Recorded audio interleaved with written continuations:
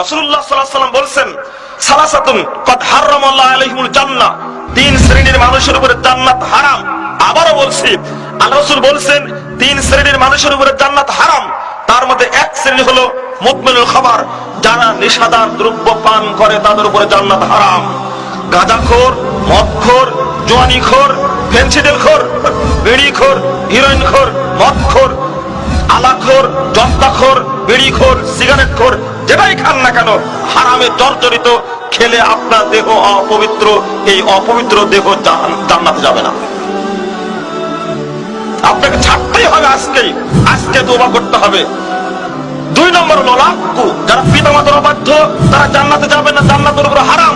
পিতামাতাকে দেখতেই হবে মৃত্যু পর্যন্ত, পিতামাতাকে ছাড়া যাবে না, পিতামাতার খেদমত করতেই হবে।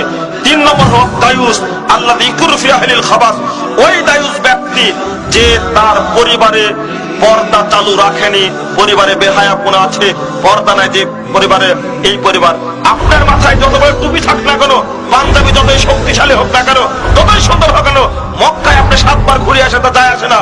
পরিবার যদি পর্দা না থাকে, রাসূলের হাদিস অনুযায়ী প্রমাণিত হয়, আপনি অবশ্যই আপনার উপর জান্নাত হারাম, নিঃসন্দেহে হারাম। আল্লাহ রাসূল বলেছেন হারাম।